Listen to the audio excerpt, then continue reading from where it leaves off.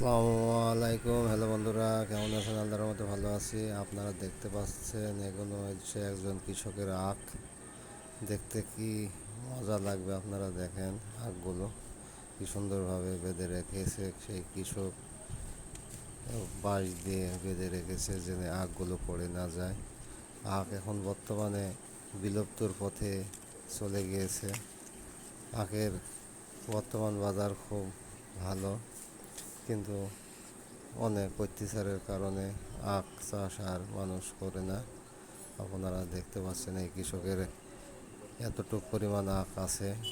তারা সেই কৃষক কীভাবে যত্ন করে রেখেছে, আখগুলো বেঁধে রেখেছে, খুব সুন্দরভাবে বেঁধে রেখেছে। আপনারা দেখতে পাচ্ছেন, আপনাদেরও ভালো লাগবে। আপনারা কন্টেন্টটা দেখেন। আখগুলো খেতে খুব সুস্বাদু, রসালো, ভিতরে অনেক প্রচুর পরিমাণ রস আছে। আপনারা এই আখ খেতে পারেন, অনেক সুন্দর লাগবে খেতে। তাই আখ চাষ করে অনেক কৃষক সফলতা লাভ করেছে।